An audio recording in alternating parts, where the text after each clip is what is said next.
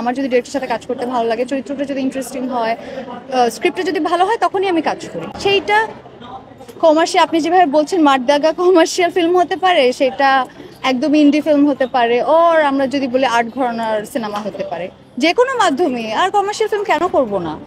ওরে বস, শাকিব খানের সাথে জুটি বাঁধবে এবার হালের ক্রেজ নাজিফা তুষি, এমন খবরে ওড়াদোড়া নেট দুনিয়া। এখন তুফান ছবির কাজ শেষে শাকিব খানের নতুন ছবি নিয়ে সামাজিক যোগাযোগ মাধ্যমে চর্চা চলছে।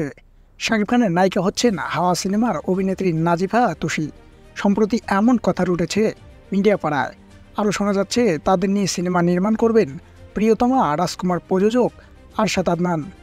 শুধু তাই নয়, এটি দিয়েই নাকি পরিচালক হিসেবে নাম লিখাতে যাচ্ছেন ভার্সেটাইল মিডিয়ার এই প্রযোজক। তবে এমন খবর মিথ্যা বলে দাবি করেছে চিত্রনায়িকা নাজিফা তুষি। তিনি বলেছেন, শাকিব খান এবং ভার্সেটাইল মিডিয়া কারোর সাথেই নতুন কোনো ছবি নিয়ে কথা হয়নি। এমন খবরে আমি বেশ অবাক হয়েছি। তবে শাকিব খানের নায়িকা হতে পারা আমার জন্য ভাগ্যের বিষয় হবে। নতুন কোনো ছবি নিয়ে আলোচনা হলে আমি নিজেই সেটা গণমাধ্যমকে জানাবো।